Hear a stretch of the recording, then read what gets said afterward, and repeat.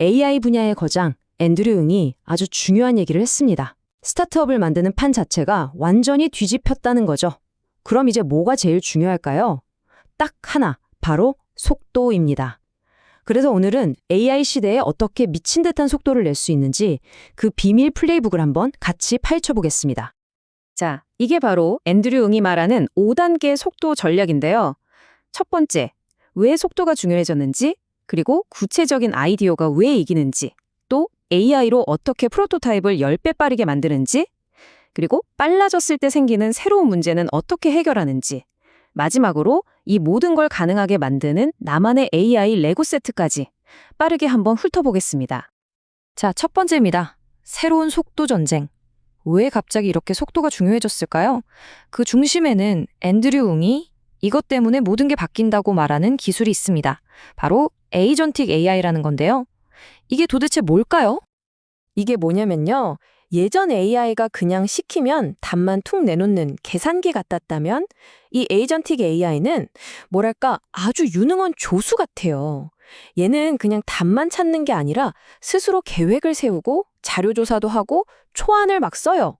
그러고 나서 자기가 쓴 걸 보면서 이건 좀 별론데 하면서 수정까지 하는, 그러니까 일종의 생각하는 과정을 갖게 된 거죠.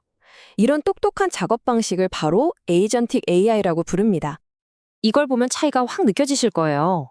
옛날 방식은 그냥 우리가 이거 해줘 하면 AI가 처음부터 끝까지 한 번에 쭉 결과를 내놨잖아요.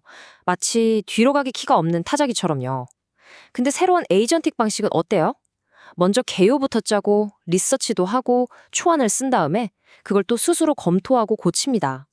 이런 결과물의 퀄리티가 비교가 안 되겠죠? 자, 그럼 이렇게 강력한 AI가 있다는 건 알겠어요. 그럼 이걸 어떻게 써먹어야 할까요? 여기서 두 번째 포인트가 나옵니다. 바로 구체적인 아이디어가 이긴다는 건데요. 이게 실행 속도의 출발점이라고 할 수 있죠. 이 둘의 차이를 한번 보세요. 왼쪽처럼 AI로 헬스케어 자산을 최적화하자. 말은 진짜 멋있죠. 근데 개발자한테 이렇게 말하면 그래서 뭘 만들라고요? 이런 반응이 나올 거예요. 반면에 오른쪽은 어때요? 환자가 온라인으로 MRI 예약하는 소프트웨어를 만들자. 이건 너무 명확하죠? 개발자는 당장 내일부터 뭘 해야 할지 바로 압니다. 여기서 속도 차이가 나는 거예요. 앤드류 응이 이런 말을 했어요. 애매하게 말하면 거의 항상 맞는 것처럼 들린다. 하지만 구체적으로 말하면 맞을 수도 틀릴 수도 있다. 근데 둘 다 괜찮다. 왜냐하면 훨씬 더 빨리 발견할 수 있으니까. 이 말이 진짜 핵심이에요. 애매하게 맞는 말만 하면서 시간을 끄는 것보다 구체적으로 시도해서 틀리더라도 빨리 실패하고 배우는 게 100배 낫다는 거죠. 오케이, 그럼 이제 구체적인 아이디어도 생겼어요. 다음은 뭐죠? 바로 만드는 거죠. 엔지니어링 단계입니다. 와, 근데 여기서 AI가 가져온 변화는 정말 상상 초월입니다. 거의 혁명 수준이에요. 이 숫자 좀 보세요. 10배. 이게 뭐냐면요. 최신 AI 도구를 써서 그냥 아이디어를 빨리 테스트해보는 프로토타입을 만들 때의 속도 향상입니다. 그냥 찔끔 빨라지는 수준이 아니에요. 무려 10배. 실제 제품 코드를 짤 때 30에서 50% 정도 빨라지는 것과 비교하면 이건 차원이 다른 얘기죠.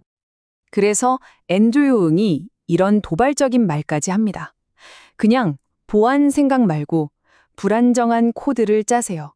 이게 무슨 소리냐면 어차피 내 컴퓨터에서만 잠깐 돌려볼 프로토타입이잖아요. 그런데 거기다 대고 완벽한 코드를 짜려고 애쓰는 거 자체가 시간 낭비라는 거예요. 아이디어가 괜찮은지 아닌지 먼저 보는 게 중요하니까요. 보안, 확장성 이런 건 나중에 아이디어가 검증된 다음에 챙겨도 충분하다는 겁니다. 이게 진짜 게임을 바꾸는 생각이에요. 양방향 문이라는 개념인데요. 예전에는 소프트웨어 구조 같은 걸 한번 정하면 바꾸는 게 너무 힘들어서 거의 한 번 들어가면 못 나오는 문 같았어요. 근데 이제는요, AI 덕분에 기술 스택을 통째로 바꾸는 것도 며칠이면 가능해졌습니다. 그러니까 이제 기술 결정이 되돌릴 수 있는 양방향 문이 된 거죠. 이게 뭘 의미할까요? 팀이 실패를 두려워하지 않고 훨씬 더 과감하게 도전할 수 있게 됐다는 뜻입니다. 자, 보세요. 이제 개발 속도가 미친 듯이 빨라졌어요. 그럼 이제 모든 게 해결됐을까요? 아니요, 새로운 문제가 생깁니다. 바로 병목 현상이 개발팀에서 기획팀으로 넘어간다는 거죠. 즉, 이렇게 빨리 만드는데 다음엔 도대체 뭘 만들어야 하지? 이 질문에 답하는 게 어려워진 거예요. 이 그래프를 보면 진짜 재밌어요.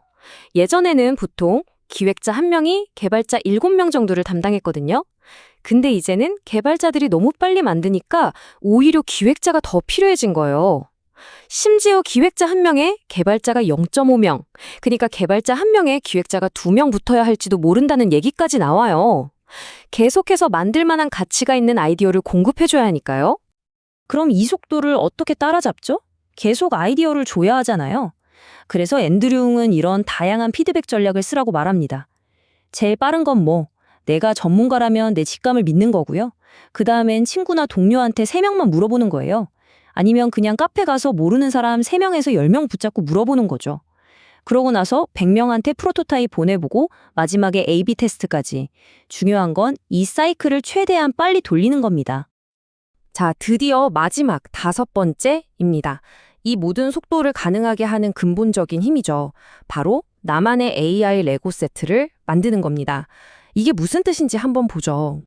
앤드류응은 AI 기술들을 레고 블록에 비유하는데요. 아주 딱 맞는 비유 같아요. 자, 우리가 가진 첫 번째 레고 블록, 바로 프롬프팅입니다. AI한테 어떻게 지시를 내리는지에 대한 기술이죠. 이것만 잘 써도 정말 놀라운 것들을 만들 수 있어요.